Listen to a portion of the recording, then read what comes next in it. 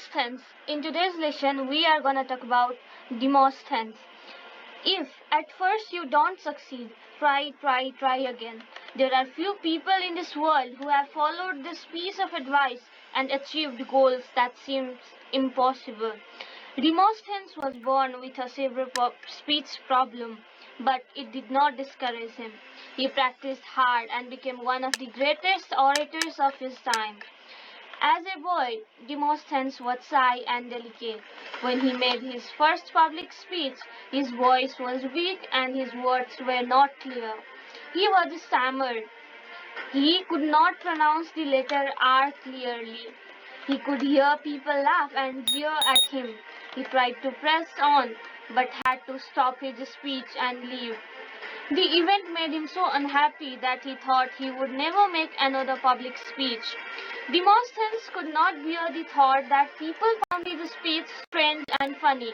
He knew he needed to do something about it, and so began a journey which made him one of the greatest Athenian orators, whose speeches are preserved and studied even today. Demosthenes' father was a wealthy sword maker of Athens. He had died when his son was 7 years old. Although his father left him a fortune, Demosthenes' guardians were not careful with his money. They lost some of it and spent some on themselves. In the end, they did not have enough money to give him a good education. Demosthenes was angry about this and felt he could not trust his guardians. He knew that they had lost his money and done him harm. Was there a way he could make them sorry for what they had done? He may not have known then that it was learning to speak that would help him. Athens then had some great orators. Demosthenes had often heard his teachers talk about them, and he longed to listen to their public speeches.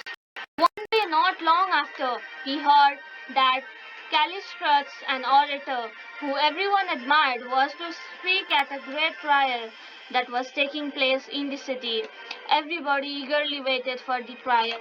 Demosthenes heard people talk about Callistratus and begged his tutor to allow him to be in the courtroom when he spoke. The tutor agreed and even arranged a seat from where Demosthenes could see and hear that all that went on. The speech was full of power and purpose. When he had finished, the Athenians crowded round Callistratus and they even followed him home. Demosthenes was impressed and inspired. He said to himself, I too will be an orator and make people think what I am saying. I want to have the power of words to make people agree with me and believe me. In his heart, he also thought, maybe this special talent will also help me fight against the injustice my guardians have done to me. Once his mind was made up, Demosthenes knew he must not lose time. He knew that he must work hard to succeed. For the next 2 years, he read history, wrote speeches, and went to listen to famous orators.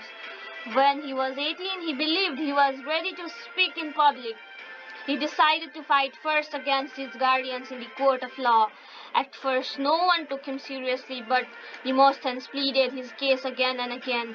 In the end, he won, and his guardians were ordered by the court to return his money to him.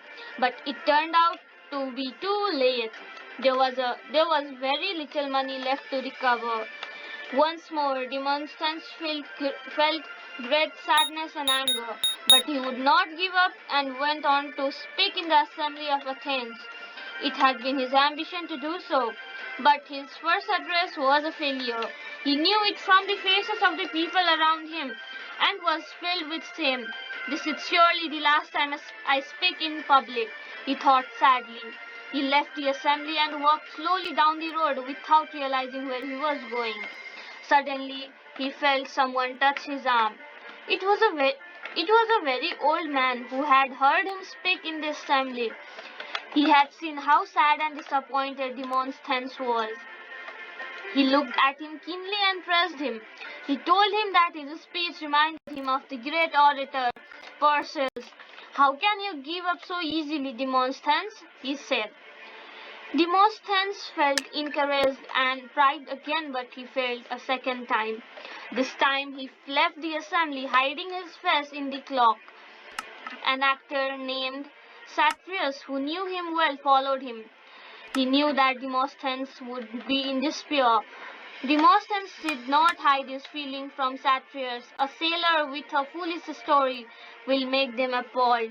While if I tell them tales of the glorious deeds of their own countrymen, they do not care, he said bitterly. True, Demosthenes, answered Satrius, but I will tell you why it is so, if you will recite to me some lines from one of our great poets. Then Demosthenes recited some poems to him. He spoke the words correctly, but his voice was dull. There was a coldness in the way he delivered this speech, and Satrius felt he could not really listen to him for long. But he said nothing to Demosthenes. He only repeated the lines back to him. Demosthenes stood still with surprise. He could not believe that they were the same lines. The actor's eyes flashed, his voice, first loud and clear, sank to a whisper, and his body swayed as he spoke. Demosthenes understood why his carefully studied speeches did not impress the Athenians. He realized that he must not only read or recite them, he must also act them. From that day on, Demosthenes began to walk in a different way. He converted one of the cellars of his house into a study. There he practiced undisturbed. He often lived in his study for 2 or 3 months at a stretch. He even shaved one side of his head so that this way he would be forced not to appear in public. They saw he went to the seashore and shouted his speech out at the sea with pebbles in his mouth. It was a method in which he had to struggle to bring out every sound. And so when he spoke without the stones, the words became through loud and clear. He was himself in the mirror and he spoke, and this helped him improve his expressions, gestures, and actions. He practiced speaking as he walked or ran along the seashore. He raised his voice so that he could be heard over the roaring of the waves. He also practiced speaking as he ran up a hill. All these trained breath, his voice, and his tone. Demosthenes' speeches were now filled with drama and purpose. He had come a long way from the boy who was shy and spoke with his stammer. Thank you. This was all about Demosthenes.